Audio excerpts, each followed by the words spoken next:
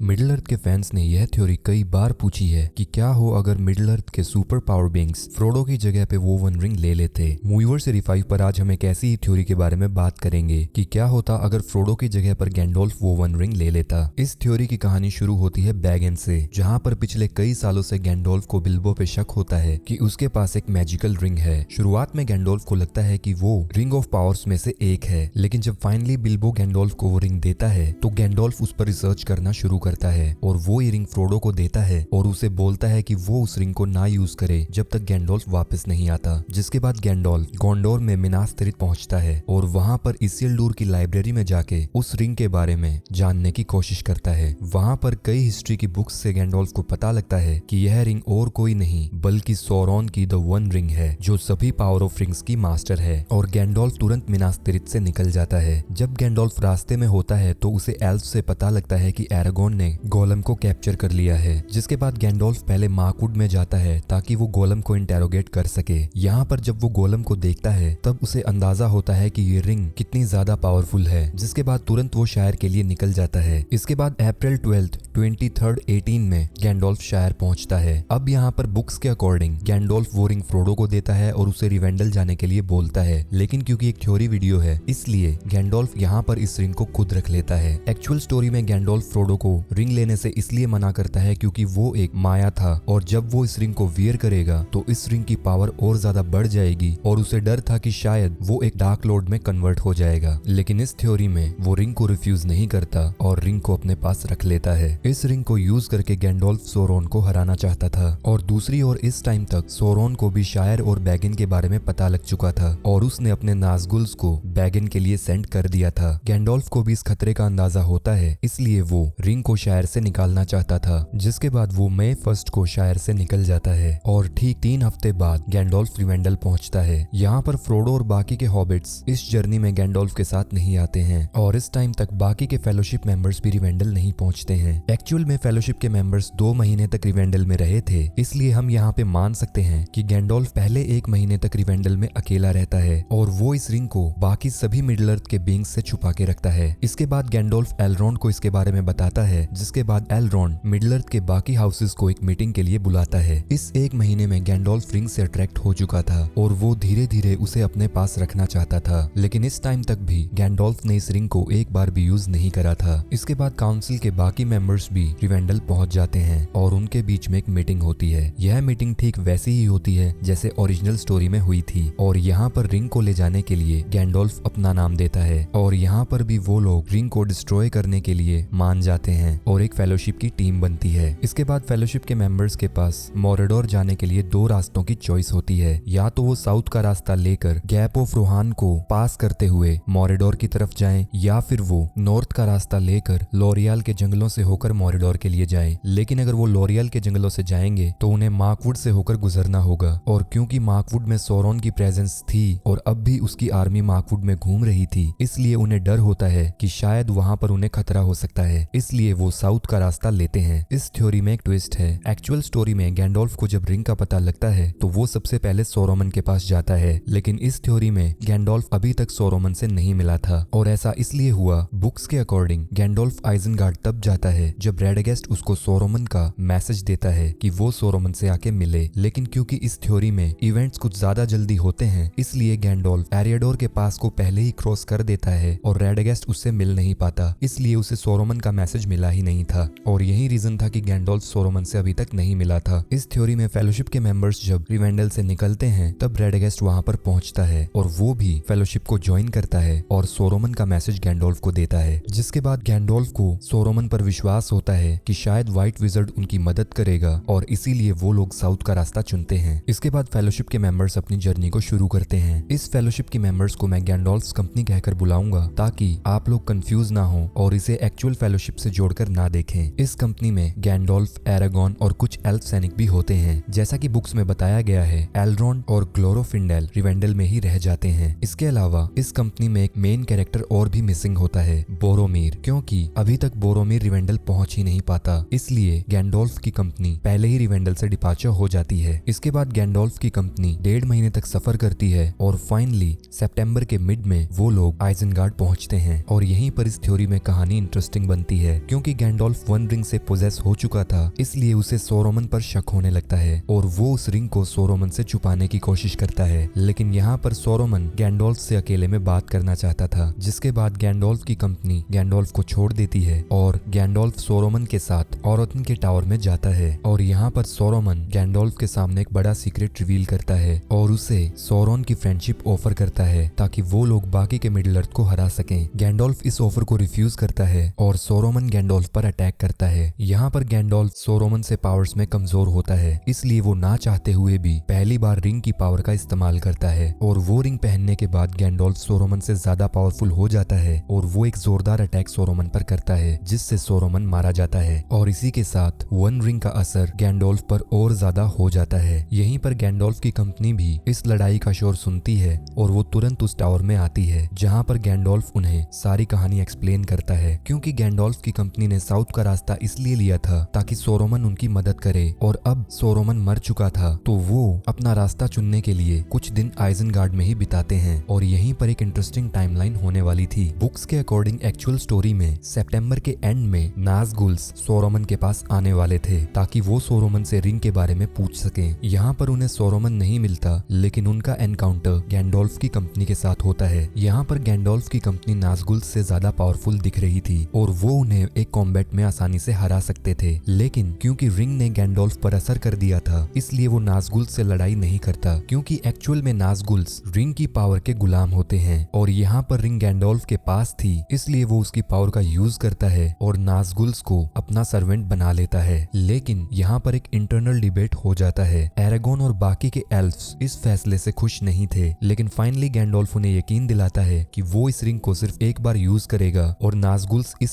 Journey में उसकी help करेंगे। जिसके बाद गैंडोल्फ उन नाज़गुल्स को ऑर्डर देता है कि वो विच किंग को जाकर बोलें कि अब गैंडोल्फ उनका मास्टर है और वो सोरोन की फोर्सेस को इकट्ठा करके सोरोन के खिलाफ ही लड़ाई करें। इसके बाद गैंडोल्फ की कंपनी एक हफ्ते का सफर करती है और वो लोग आइजनगार्ड से रोहान पहुंच जाते हैं। यहाँ पर भी बुक्स के अकॉर्डिंग इस टाइम पर थियोडन और उसका पूरा किंगडम सोरोमन के ब्लैक मैजिक के कारण कमजोर होता है। और इस थ्योरी में भी जब गैंडोल्फ की कंपनी रोहान में पहुंचती है तो वो थियोडन को हील कर देती है और ग्रीमा वॉर्मटंग को उसकी रिल्म से निकाल देती है। जब थियोडन पूरी तरह से ठीक हो जाता है तो वो सोरोमन से लड़ना चाहता था, लेकिन गैंडोल्फ उसे बताता है कि सोरोमन ऑलरेडी मर चुका है और यहाँ पर गैंडोल्फ उसे सोरोन के खिलाफ लड़ने के लिए कन्विंस कर लेता है। जिसके बाद गैंडोल्फ पहले अकेला मिनास तिरिथ के लिए निकल जाता है और वो एरागोन और बाकी की कंपनी को थियोडन की मदद करने के लिए बोलता है और वो लोग यहीं पर थियोडन की आर्मी को इकट्ठा करने लगते हैं। इसके बाद गैंडोल्फ अक्टूबर 2318 में मिनास तिरिथ पहुंचता है और इसी टाइम तक फाइनली बोरोमिर भी रिवेंडल पहुंच जाता है। लेकिन यहाँ पर एलरोंड उसे रिंग का सीक्रेट नहीं बताता और वो बोरोमिर को बोलता है कि कंपनी एक सीक्रेट टास्क पर है। जिसके बाद बोरोमिर वापस गोंडोर जाने के लिए निकल जाता है। इसके बाद गैंडोल्फ मिनास तिरिथ के थ्रोन रूम में डेनाथोर से मिलता है और यहाँ पर वो रिंग की पावर का इस्तेमाल करके डेनाथोर को मोरेडोर पर अटैक करने के लिए मना लेता है। जिसके बाद रोहान और गोंडोर की फोर्सेस इकट्ठा होती हैं और वो लोग सोरोन के ब्लैक गेट के लिए मार्च कर देते हैं। लेकिन ठीक इसी टाइम पर डेनाथोर को पता लगता है कि विच किंग और मिनास मोरगुल की फोर्सेस ओस्गिलियद से निकल गई हैं और वो वापस मोरेडोर की तरफ भाग रही हैं। इसलिए वो इस अटैक को रिफ्यूज कर देता है और गैंडोल्फ से बोलता है कि उन्हें अटैक करने की जरूरत नहीं है, क्योंकि सोरोन की फोर्सेस ऑलरेडी गोंडोर की लैंड्स को छोड़कर भाग रही हैं। बुक्स के अकॉर्डिंग इस टाइम पर अपने पेलेंट्री को यूज करता है और वहां पर उसे पता लगता है कि थियोडन की फोर्सेस के साथ गोंडोर का असली वारिस एरागोन भी शामिल है। इसलिए वो गैंडोल्फ से गुस्सा हो जाता है और उसे लगता है कि गैंडोल्फ उसे गोंडोर से निकाल देगा। इसलिए वो गैंडोल्फ से वैसा ही बिहेव करने लगता है जैसा कि वो फिल्म में कर रहा था। इसके बाद जब गैंडोल्फ और डेनाथोर में डिबेट होती है तब गैंडोल्फ रिंग और अपनी पावर को मिक्स करता है और यहाँ पर वो डेनाथोर को मार देता है। और ये एक्शंस हमें बता रहे हैं कि गैंडोल्फ अब पूरी तरह से रिंग से अट्रैक्ट हो चुका है। इसके बाद गैंडोल्फ उस शहर को सीज कर देता है और गोंडोर का कंट्रोल अपने हाथ में ले लेता है। जिसके बाद वो वहाँ की आर्मी को वॉर के लिए प्रिपेयर करने लगता है। इसके बाद रोहान की फोर्सेस भी मिनास तिरिथ पहुंच जाती हैं और वो ब्लैक गेट के अपने मार्च को कंटिन्यू करते हैं। लेकिन गैंडोल्फ की कंपनी सोरोन के ब्लैक गेट पर अटैक करे उसके पहले नाज़गुल्स जो अब गैंडोल्फ के सर्वेंट्स बन चुके हैं वो पहले ही सोरोन की फोर्सेस को हरा देते हैं और ब्लैक गेट को खोल देते हैं। इसके बाद गैंडोल्फ खुद सोरोन से यहाँ पर फाइट करता है। यहाँ पर इस पूरी स्टोरी के राइटर जे.जे.आर. टॉल्किन ने भी इस सिचुएशन को बड़े अच्छी तरीके से एक्सप्लेन किया है। इस कॉम्बैट में एक तरफ रिंग का ओरिजिनल मास्टर सोरोन होता है और दूसरी तरफ एक पावरफुल विजार्ड माया जो इस टाइम पर उस रिंग को कंट्रोल कर रहा था। इस टाइम पर गैंडोल्फ सोरोन से ज्यादा पावरफुल होता है। इसके बाद सोरोन अपने टावर से निकलता है और वो गैंडोल्फ पर अटैक करता है, लेकिन गैंडोल्फ के पास भी उसके 2 रिंग्स की पावर होती है और वो सोरोन के सामने आकर खड़ा हो जाता है। ठीक इसी मोमेंट पर एरागोन गैंडोल्फ के पास आता है और उसे एडवाइस करता है कि अब उन्हें इस रिंग को माउंट डूम की तरफ लेकर जाना चाहिए, लेकिन यहाँ पर गैंडोल्फ उसकी बात मानने से इनकार कर देता है और वो एरागोन से कहता है कि अब ये रिंग उसकी है और वो इस रिंग का यूज करेगा ताकि वो मिडिल अर्थ को प्रोटेक्ट कर सके। यहाँ पर एरागोन गैंडोल्फ से कहता है कि वो इस रिंग को नहीं रख सकता क्योंकि रिंग उसे करप्ट कर देगी, लेकिन यहाँ पर गैंडोल्फ को रियलाइजेशन होती है कि शायद इस रिंग को